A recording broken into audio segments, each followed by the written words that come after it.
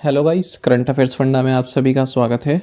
मैं हूं आपके साथ अभिषेक शर्मा और आज के इस वीडियो सेशन में हम 12 दिसंबर तक के सभी इंपॉर्टेंट करंट अफेयर्स कवर करने वाले हैं। हमेशा की तरह आप इस वीडियो को अंत तक जरूर देखिएगा। आज भी आपको काफ़ी कुछ जानने के लिए मिलेगा। साथ ही गाइस, इस सेशन को शुरू करने से पहले आप सभी को बताना चाहूँगा, यदि आप हमारे daily current affairs PDF, weekly PDF और मंथली पीडीएफ चाहते हैं तो इस वीडियो के फर्स्ट कमेंट में या फिर डिस्क्रिप्शन में दिए गए लिंक पर क्लिक करके पा सकते हैं। साथ ही आप गूगल प्ले स्टोर से करंट अफेयर्स फंडा ऐप को भी इंस्टॉल कर लीजिए, क्योंकि जो भी हमारा पीडीएफ मटेरियल है जिसमें आपको करंट अफेयर्स के साथ साथ स्ट्रैटेजी के भी प्रोवाइड कराते हैं, इससे भी मटेरियल आपको हमारी करंट अफेयर्स फंडा ऐप पर ही उपलब्ध हो पाएगा।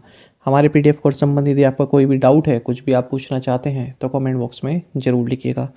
तो चलिए फिर करते हैं शुरुआत इस वीडियो सेशन की। सबसे पहले आज का क्वेश्चन देख लेते हैं। इसका आंसर आपको कमेंट बॉक्स में करना है। In which year was the G20 setup by the G7 countries. G7 देशों द्वारा G20 की स्थापना किस वर्ष की गई थी? ऑप्शंस आपके सामने हैं 1975, 1999, 2010 या फिर 2003। तो जल्दी से आप आंसर कर दीजिए कमेंट बॉक्स में, फिर आगे बढ़ेंगे।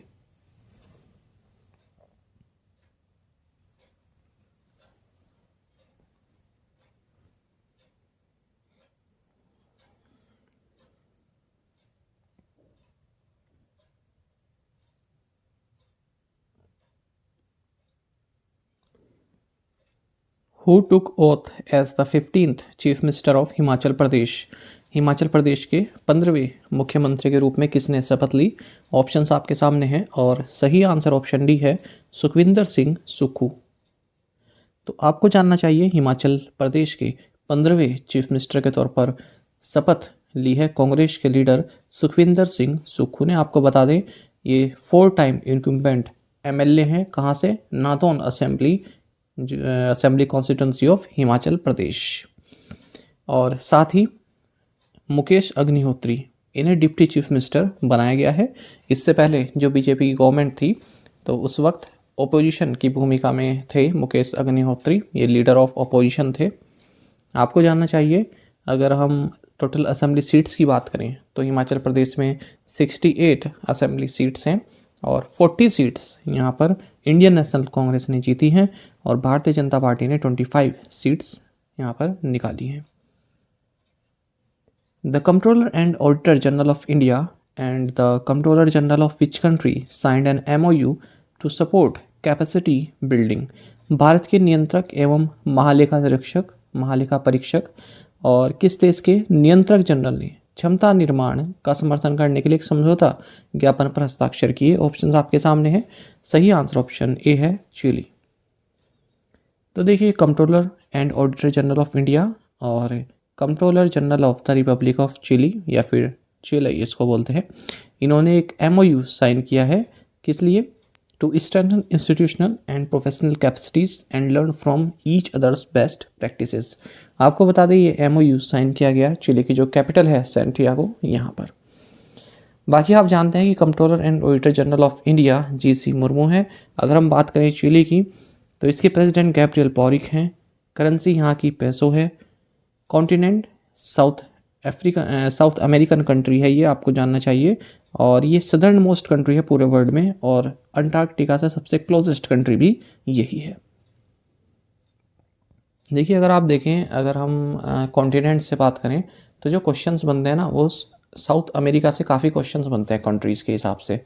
तो इसलिए साउथ अमेरिका के जो भी फैक्ट्स हैं वो भी आप किसी बुक से पढ़ सकते हैं, कोई लूसेंट है या फिर और कोई बुक है, यहाँ से स्टैटिक के क्वेश्चन देखने को मिलते हैं जो साउथ अमेरिका है। Which country named the cyclone Mandous that wreaked havoc in Tamil Nadu and Andhra Pradesh. किस देश ने तमिलनाडु और आंध्र प्रदेश में तबाही मचाने वाले चक्रवात मेंडूस का नाम दिया है? ऑप्शंस आपके सामने हैं। सही आंसर ऑप्शन डी है, यूनाइटेड अरब अमीरात, संयुक्त अरब अमीरात। तो देखिए, साइक्लोन मेंडोस जो कि बे ऑफ बंगाल से इमर्ज हुआ और चेन्नई से 30 किलोमीटर दूर ममल्लापुरम में इसने अपनी दस्तक दी और काफ़ी हैवी रेनफॉल भी हुई, विंड्स भी चली और तमिलनाडु और आंध्र प्रदेश का जो कोस्टल रीजन है उससे भी ये होकर गुजरा है। साथ ही पुडुचेरी और श्रीहरिकोटा में भी इसने काफ़ी डैमेजेस किए हैं। आपको जानना चाहिए, जो नाम है मेंडोस, ये यूनाइटेड अरब अमीरात द्वारा दिया गया है, संयुक्त अरब अमीरात द्वारा। इसका मतलब है ट्रेजर बॉक्स। अरबिक में अगर हम इसके मतलब की बात करें तो ट्रेजर बॉक्स रहता है। तो देखिए जो ये नामकरण होते हैं ना, इससे क्वेश्चन बनते हैं किस कंट्री ने दिया है। साथ ही कभी कभी मतलब भी पूछ लेते हैं, जैसे यहाँ पर ट्रेजर बॉक्स है ना, ये मतलब भी आपको जानना चाहिए। International universal health coverage day is celebrated on which day. अंतर्राष्ट्रीय सार्वभौमिक स्वास्थ्य कवरेज दिवस किस दिन मनाया जाता है? सही आंसर यहाँ ऑप्शन सी रहेगा, December 12। तो जानिएगा 12 दिसंबर 2017 में यूनाइटेड नेशंस ने प्रोक्लेम किया कि 12 दिसंबर को international universal health coverage day UHC day मनाया जाएगा। कभी कभी एग्जाम में ऐसा भी हो सकता है कि केवल इतना लिखा जाए कि UHC डे कब मनाया जाता है, तो क्या होगा, यूनिवर्सल हेल्थ कवरेज डे। 2022 में इसका थीम है build the world we want a healthy future for all. साथ ही आपको ये भी जानना चाहिए 12 दिसंबर को ही इंटरनेशनल डे ऑफ न्यूट्रलिटी भी सेलिब्रेट किया जाता है। The central government has decided to discontinue a scholarship named after which independence activist for students from the minority communities. This scholarship was launched during the UPA government as part of implementing the Sachar panel recommendations. केंद्र सरकार ने अल्पसंख्यक समुदायों के छात्रों के लिए किस स्वतंत्रता कार्यकर्ता के नाम पर छात्रवृत्ति बंद करने का फैसला किया है? यह स्कॉलरशिप यूपीए सरकार के दौरान सच्चर पैनल की सिफारिशों को लागू करने के हिस्से के रूप में शुरू की गई थी। ऑप्शंस आपके सामने हैं। सही आंसर ऑप्शन बी है, मौलाना आज़ाद। तो आपको जानना चाहिए जो माइनॉरिटी कम्युनिटीज़ हैं भारत में, उससे जो स्टूडेंट्स आते हैं उनके लिए एक स्कॉलरशिप चलती है जिसका नाम है मौलाना आज़ाद नेशनल फेलोशिप। तो जो यूनियन गवर्नमेंट है इन्होंने डिसाइड किया है कि हम इस फेलोशिप को डिसकंटिन्यू कर रहे हैं इस एकेडमी ईयर से। और आपको बता दें जो स्कॉलरशिप है किसके नाम पर है? इंडिया के जो फर्स्ट एजुकेशन मिनिस्टर रहे हैं अबुल कलाम आज़ाद, इनके नाम पर। आपको बता दें जो फेलोशिप है ये साल 2009 में यूपीए गवर्नमेंट द्वारा लॉन्च की गई थी सचर कमेटी के रिकमेंडेशंस के हिसाब से। और इसके तहत जो 6 माइनॉरिटी कम्युनिटीज़ हैं भारत में, Buddhist, Christians, Jains, Muslim, Parsis and Sikhs, तो इन कम्युनिटीज़ से जो भी स्टूडेंट्स आते हैं जो एमफिल या पीएचडी करते हैं तो उनको फाइनेंशियल असिस्टेंस इसमें प्रोवाइड की जाती है। तो अब सेंट्रल गवर्नमेंट इसको नए एकेडमिक ईयर से डिसकंटिन्यू कर रहा है। How many Indians included in the BBC's 100 women list of influential figures of 2022? BBC की 2022 प्रभावशाली 100 महिला सूची में कितने भारतीय शामिल हैं? सही आंसर ऑप्शन बी है, 4। तो आपको जानना चाहिए actor producer Priyanka Chopra Jonas, aeronautical engineer Sirisha Bandla, booker winning author Geetanjali Shree और सोशल वर्कर स्नेहा जवाली, ये 4 इंडियंस हैं जो BBC की 100 women list of influential figures of the year में नामित की गई हैं। अगर हम पॉलिटिक्स वर्ड से बात करें तो उर्सुला वॉन डेर लेयन जो कि फर्स्ट फीमेल प्रेसिडेंट हैं यूरोपियन कमीशन की, मिया मॉटले जो कि फर्स्ट फीमेल प्राइम मिनिस्टर हैं बारबाडोस की, और यूक्रेन की फर्स्ट लेडी ओलेना जेलेंस्का, ये भी इस लिस्ट में शामिल हैं। ये मैंने आपको नाम इसलिए लिखे केवल इन्हीं 3 के पॉलिटिक्स से, क्योंकि देखिए इनके सबके आगे लिखा है ज़्यादातर फर्स्ट, है ना, पहली और दूसरे के आगे फर्स्ट लिखा है ना, first female president of European commission, first female prime minister of Barbados. तो इस तरह के फैक्ट्स भी आपको जानने चाहिए। जहाँ भी कोई हेड बनेगी नई, जो फर्स्ट फीमेल हेड बनी हो, वो आपके एग्जाम में आने के चांसेस काफ़ी रहते हैं। आपको बता दें ये 10th सीज़न है इस लिस्ट का, और BBC वर्ल्ड सर्विस अपनी 90th एनिवर्सरी मना रहा है और BBC अपने 100 साल पूरे कर चुका है। The RBI signed a currency swap agreement with which country's central bank MMA? RBI ने किस देश के केंद्रीय बैंक MMA के साथ मुद्रा विनिमय समझौते पर हस्ताक्षर किए हैं? ऑप्शंस आपके सामने हैं। सही आंसर ऑप्शन बी है, मालदीव्स। तो आपको जानना चाहिए रिजर्व बैंक ऑफ इंडिया ने करेंसी स्वैप एग्रीमेंट साइन किया है मालदीव्स मॉनेटरी अथॉरिटी MMA के साथ। ये मालदीव्स का सेंट्रल बैंक है और ये जो करेंसी स्वैप एग्रीमेंट होने वाला है ये $200 मिलियन का होने वाला है। आपको जानना चाहिए agreement SAARC currency swap framework के तहत साइन किया गया है। 2019 में भारत ने इस जो करेंसी स्वैप एग्रीमेंट है इस फ्रेमवर्क को रिवाइज किया था सार्क कंट्रीज़ के लिए। Which bank sold its entire 6.5% stake or 43.4 lakh shares in Shriram City Union Finance? Shriram city union finance में किस बैंक ने अपनी पूरी 6.5% हिस्सेदारी या 43.4 लाख शेयर बेच दिए। ऑप्शंस आपके सामने हैं। सही आंसर ऑप्शन डी है कोटक महिंद्रा बैंक। तो आपको जानना चाहिए कोटक महिंद्रा बैंक ने Shri Ram city union finance में जो इसके 6.5% स्टेक है या फिर 43.4 लाख शेयर्स हैं उसको बेच दिया है। आपको बता दें ये जो स्टेक सेल है ये श्री राम सिटी यूनियन का जो मर्ज हुआ है श्री राम ट्रांसपोर्ट फाइनेंस इसके होने के बाद बेचे गए हैं। कोटक महिंद्रा बैंक की अगर हम बात करें सी उदय कोटक हैं, हेडक्वार्टर्स मुंबई में है, टैगलाइन है let's make money simple. Which bank inked bank assurance pacts with Chola MS general and max life. किस बैंक ने चोला एमएस जनरल और मैक्स लाइफ के साथ बैंक एश्योरेंस समझौता किया है। ऑप्शंस आपके सामने है। सही आंसर ऑप्शन डी है तमिलनाडु मर्केंटाइल बैंक। तो जानिएगा तमिलनाडु मर्केंटाइल बैंक इन्होंने बैंक एश्योरेंस पार्टनरशिप साइन की है Cholamandalam MS general insurance company limited और मैक्स लाइफ इंश्योरेंस कंपनी के साथ। इसका मतलब क्या होता है बैंक एश्योरेंस का, जो इंश्योरेंस कंपनीज हैं इनके जो प्रोडक्ट्स हैं वो उन प्रोडक्ट्स को जो बैंक है वो अपने कस्टमर्स को ऑफर करता है। साथ ही तमिलनाडु मर्केंटाइल बैंक ने बजाज अलियांस लाइफ इंश्योरेंस के साथ भी इसी तरह का कुछ बैंक एश्योरेंस पार्टनरशिप साइन की है। अगर हम बात करें इस बैंक की तो हेडक्वार्टर्स तूतुकुड़ी तमिलनाडु में है, सीईओ कृष्णन शंकरा सुब्रमण्यम है और टैगलाइन है be a step ahead of life. Which bank has sanctioned a donation of 4.26 crore rupees to rejuvenate 7 major lakes in the Kolar district of Karnataka. पूछ रहे हैं कि किस बैंक ने कर्नाटक के कोलार जिले में 7 प्रमुख झीलों के कायाकल्प के लिए 4.26 करोड़ रुपए का दान स्वीकृत किया है। ऑप्शंस आपके सामने हैं। सही आंसर ऑप्शन ए है स्टेट बैंक ऑफ इंडिया। तो आपको जानना चाहिए स्टेट बैंक ऑफ इंडिया ने कर्नाटक के कोलार डिस्ट्रिक्ट में 7 मेजर लेक्स को रिजुवेनेट करने के लिए उनके पुनरुद्धार के लिए 4.26 करोड़ रुपीस की डोनेशन सैंक्शन की है। इन लेक्स के नाम आप यहाँ पर देख सकते हैं, इतना जरूरी नहीं है, केवल याद रखिए कि किस बैंक ने किया है। और आपको बता दें इस साल की शुरुआत में जो फाइनेंस मिनिस्टर हैं निर्मला सीतारमन इन्होंने कोलार डिस्ट्रिक्ट को चूज़ किया था किस लिए, अमृत सरोवर योजना के तहत यहाँ पर जो लेक्स हैं उनके रिजुवेनेशन के लिए। अच्छा, जो स्टेट बैंक ऑफ इंडिया जो डोनेशन कर रहा है किसके तहत कर रहा है, अपनी जो कॉर्पोरेट सोशल रिस्पॉन्सिबिलिटी जो CSR इनिशिएटिव होता है उसके तहत ये डोनेशन की है। अच्छा, स्टेट बैंक ऑफ इंडिया 2 कारणों से और चर्चा में रहा है, महत्वपूर्ण है वो भी जान लीजिए। तो स्टेट बैंक ऑफ इंडिया ने यहाँ पर 10,000 करोड़ रुपीस रेस किए हैं अपने इंफ्रास्ट्रक्चर बॉन्ड इशू के द्वारा, जो कि 7.51% के कूपन रेट पर इशू किए गए थे। आपको बताते हैं largest single infrastructure bond issue हैं किसी भी बैंक द्वारा भारत में।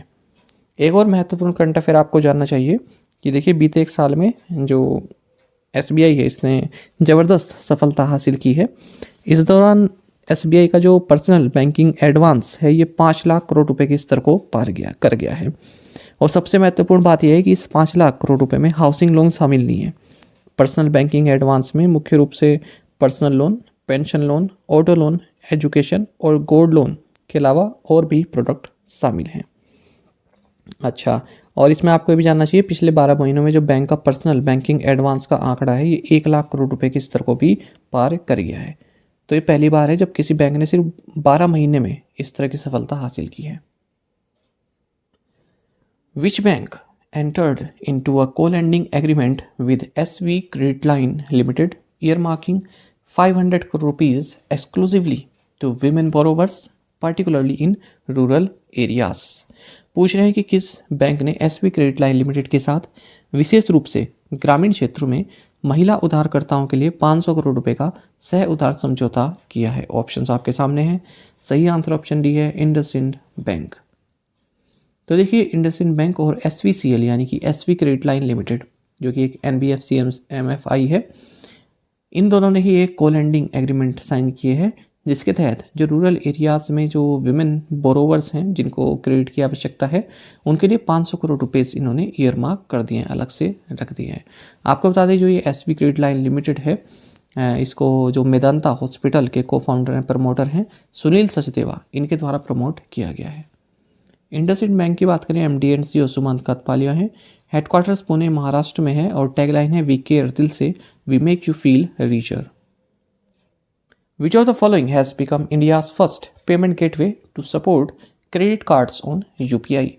निम्नलिखित में से कौन सा यूपीआई पर क्रेडिट कार्ड का समर्थन करने वाला भारत का पहला भुगतान गेटवे बन गया है? ऑप्शंस आपके सामने हैं। सही आंसर ऑप्शन डी है रेजरपे। तो जानिएगा रेजरपे, जो कि इंडिया का leading full stack payments and banking platform है, तो इसने अनाउंस किया है कि रेजरपे ने यूनिफाइड पेमेंट्स इंटरफेस यानी कि यूपीआई पर क्रेडिट कार्ड से लेन देन की घोषणा इसने कर दी है। और इस लॉन्च के साथ ही रेजरपे यूपीआई पर क्रेडिट कार्ड के माध्यम से लेन देन शुरू करने वाला भारत का पहला पेमेंट गेटवे बन गया है। महत्वपूर्ण करंट अफेयर है। तो इसमें अब जो भी रेजरपे मर्चेंट्स हैं वो क्रेडिट कार्ड पेमेंट्स एक्सेप्ट कर सकते हैं यूपीआई पर, और उसके लिए उन्हें काफ़ी मिनिमल चेंजेस करने होंगे अपने सेटअप में। रेजरपे की अगर हम बात करें, सीईओ एंड को फाउंडर हर्षिल माथुर हैं, एमडी एंड को फाउंडर शशांक कुमार हैं, हेडक्वार्टर्स बेंगलुरु कर्नाटक में है। Which movie won the spotlight award at the Hollywood critics association. Hollywood critics association में किस फिल्म ने स्पॉटलाइट अवार्ड जीता? ऑप्शंस आपके सामने हैं। सही आंसर ऑप्शन बी है RRR। तो जानिएगा RRR, जिसको डायरेक्ट किया है SS राजमौली ने, इन्होंने हॉलीवुड क्रिटिक्स एसोसिएशन में स्पॉटलाइट अवार्ड जीता है। आपको बता दें 6th SCA फिल्म अवार्ड्स जो कि लॉस एंजल्स में होंगे 24 फरवरी 2023 में, यहाँ पर इन्हें पूरी टीम को अवार्ड दिया जाएगा। अच्छा, हमने देखा था इस हफ्ते की शुरुआत में बेस्ट इंटरनेशनल पिक्चर का अवार्ड भी RRR को मिला था। कहाँ पर? 2022 Atlanta film critics circle award में। और SS राजमौली को बेस्ट डायरेक्टर अवार्ड दिया गया है न्यूयॉर्क फिल्म क्रिटिक्स सर्कल में। IRDI approved Max financial services 5.17% stake buy in Max life insurance. IRDI ने मैक्स लाइफ इंश्योरेंस में मैक्स फाइनेंशियल सर्विसेज की 5.17% हिस्सेदारी खरीदने को मंजूरी दी है। तो देखिए, आपको यहाँ ये जानना चाहिए कि max life insurance company limited, max life जिसे आप बोलते हैं, तो इसमें मित्सुई सुमितोमो कंपनी लिमिटेड यानी कि MSI, इसके जो बचे हुए 5.17% स्टेक हैं, इसको परचेज करना चाह रहा है मैक्स फाइनेंशियल सर्विसेज लिमिटेड यानी कि MFSL। तो इसका जो प्रपोजल इन्होंने दिया है, इसको अप्रूव कर दिया है insurance regulatory and development authority of India यानी कि IRDAI ने। और ये 9.91 करोड़ रुपीज़ के शेयर्स जो है परचेज करेगा MFSL 85 रुपीज़ पर शेयर के हिसाब से। कौन करेगा? MFSL, जो कि पेरेंट कंपनी है मैक्स लाइफ की। बाकी आपको जानना चाहिए इससे पहले MFSL के पास 72.52% स्टेक थे मैक्स लाइफ में, और MSI यानी कि मित्सुई सुमितोमो कंपनी लिमिटेड के पास 25.48% स्टेक थे। As per the International Energy Agency IEA, India to add 145 gigawatt of renewable energy by which year. अंतर्राष्ट्रीय ऊर्जा एजेंसी के अनुसार भारत किस वर्ष तक 145 गीगावाट नवीकरणीय ऊर्जा ऐड कर लेगा, जोड़ लेगा आपने उसमें?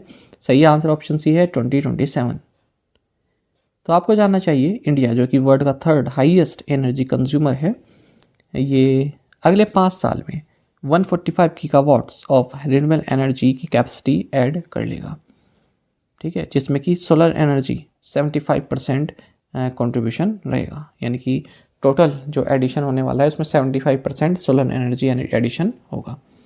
तो ऐसा कहा है इंटरनेशनल एनर्जी एजेंसी IEA ने अपनी रिपोर्ट रिन्यूएबल्स 2022 में। इन्होंने कहा है भारत अपनी जो रिन्यूएबल एनर्जी कैपेसिटी इंस्टॉलेशंस है उसको 2022 से 2027 के बीच में डबल कर देगा, जिसमें कि सोलर PV जो होते हैं, जो सोलर एनर्जी है, सबसे ज़्यादा कंट्रीब्यूशन उसका रहने वाला है या इंस्टॉलेशन उसका रहने वाला है। और इसी के साथ भारत का जो टारगेट है 2030 तक 500 gigawatt non fossil capacity achieve करने का, इसमें भी एक जो है बढ़ोतरी देखने के लिए मिलेगी, प्रोग्रेस देखने के लिए मिलेगी। आपको बता दें, अगर हम अक्टूबर 2022 तक की बात करें तो जो non fossil fuel based energy resources हैं भारत में, इनके द्वारा जो हमने कैपेसिटी है, हमारी एनर्जी कैपेसिटी, वो 172.72 गीगावाट की है जो इंस्टॉल्ड है। इसमें 119.09 गीगावाट रिन्यूएबल एनर्जी है, 40.85 गीगावाट लार्ज हाइड्रो पावर है, 6.78 गीगावाट की न्यूक्लियर पावर कैपेसिटी है, ठीक है। और इसमें आपको जानना चाहिए जो टोटल इंस्टॉल्ड जनरेशन कैपेसिटी है उसका 42.26% है ये पूरा। इन्होंने इस रिपोर्ट में ही बताया कि 2001 से 2021 तक विश्व ने केवल 2400 गीगावाट्स की रिन्यूएबल पावर कैपेसिटी ऐड की है। यहाँ पर वर्ल्ड की बात हो रही है। आईईए की बात करें, हेडक्वार्टर्स पेरिस फ्रांस में है, स्थापना नवंबर 1974 में हुई थी। एग्जीक्यूटिव डायरेक्टर फतेह बिरोल है।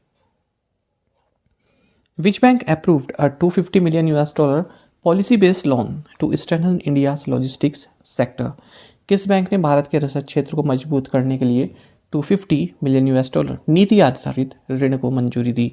ऑप्शंस आपके सामने हैं। सही आंसर ऑप्शन बी है एडीबी, एशियन डेवलपमेंट बैंक। तो देखिए, एशियन डेवलपमेंट बैंक ने भारत में जो लॉजिस्टिक्स इंफ्रास्ट्रक्चर है उसको स्ट्रेंथन करने के लिए, मॉडर्नाइज करने के लिए, उसकी एफिशिएंसी इंप्रूव करने के लिए, कॉस्ट लो करने के लिए $250 million का पॉलिसी बेस्ड लोन अप्रूव किया है। तो इससे भारत का जो लॉजिस्टिक्स सिस्टम है उसको मदद मिलेगी, उसको एक बूस्ट मिलेगा। और जो हमारा फर्स्ट सब प्रोग्राम है strengthening multi modal and integrated logistic ecosystem का, इसको भी एक बूस्ट देखने के लिए मिलेगा।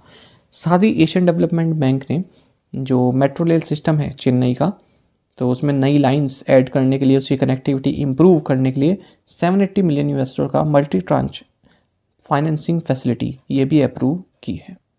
तो दोनों ही current affairs Asian Development Bank से संबंधित हैं। The center has amended the special economic zones rules allowing IT/ITES units in SEZs to permit 100% of their workforce to work from home till December 31st, 2023। केंद्र ने विशेष आर्थिक क्षेत्र यानी कि SEZ के नियमों में संशोधन किया है, जिससे SEZ में IT/ITES इकाइयों को 31 दिसंबर 2023 तक अपने कार्यबल के 100% को घर से काम करने की अनुमति होगी। देखिए, आपको जानना चाहिए सेंट्रल गवर्नमेंट ने यहाँ पर जो स्पेशल इकोनॉमिक जोन्स हैं उनके जो रूल्स हैं उनको अमेंड किया है। और ये कहा है कि जो आईटी हैं या फिर आईटीएस का मतलब होता है इंफॉर्मेशन टेक्नोलॉजी इनेबल्ड सर्विसेज, जो इस तरह की यूनिट्स हैं स्पेशल इकोनॉमिक जोन्स में, तो वहाँ पर जो वर्क फोर्स है तो 100% वर्कफोर्स वर्क फ्रॉम होम कर सकता है 31 दिसंबर 2023 तक। ऐसा सेंट्रल ने अलाउ कर दिया है। अब तक क्या था, जो कॉमर्स एंड इंडस्ट्री मिनिस्ट्री है, इस साल जुलाई में इन्होंने एक नया रूल नोटिफाई किया था, rule 43A work from home in SEZ rules 2006। इसमें कहा था कि 1 साल के पीरियड के लिए जो स्पेशल इकोनॉमिक जोन का जो वर्क फोर्स है केवल 50% employees he work from home कर सकते हैं। लेकिन अब कह दिया गया कि 100% वर्क फोर्स जो है वो वर्क फ्रॉम होम कर सकते हैं 31 दिसंबर 2023 तक। अच्छा, एक और आपको न्यूज़ जाननी चाहिए, इससे ही थोड़ी सी मिलती जुलती है, इसलिए मैंने यहीं पर इसको क्लब कर दिया है।